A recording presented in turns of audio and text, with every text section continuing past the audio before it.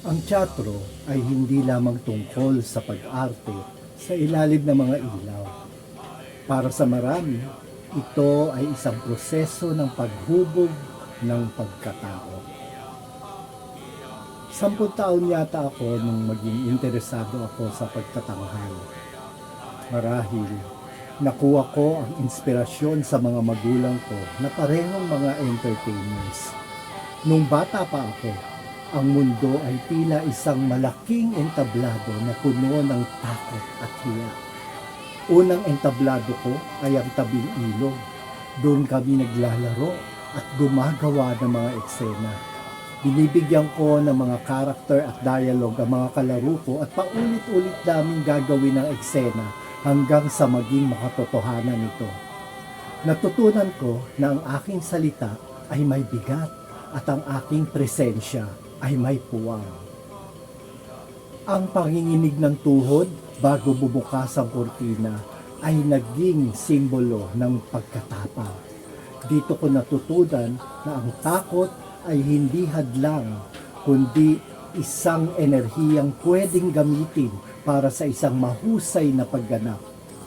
Sa aking kabataan at sa paghahanap ng sarili sa yugtong ito, ang teatro ay naging higit pa sa libangan.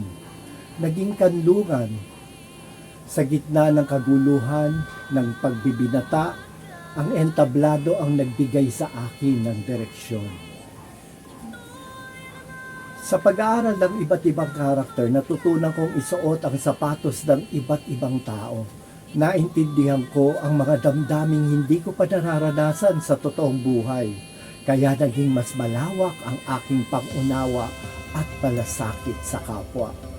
Natutunan ko na ang tagumpay ay hindi lang nangyayari sa gabi ng pagtatanghal. Ito ay bunga ng puyat sa rehearsals, pagmemorya ng script at pakikipagtulungan sa iyong exam. Ang teatro ang nagturo sa akin ng tunay na kahulugan ng pakikisama at hard work. Kahit sa labas ng entablado, sa trabaho man, sa pag-aaral, o sa pakikipag-usap sa iba't ibang tao, dala ko ang kumpiyansang nakuha ko sa pag-arte. Hindi ako natatakot na husgahan dahil alam kong ang bawat pagkakamali ay bahagi ng isang proseso.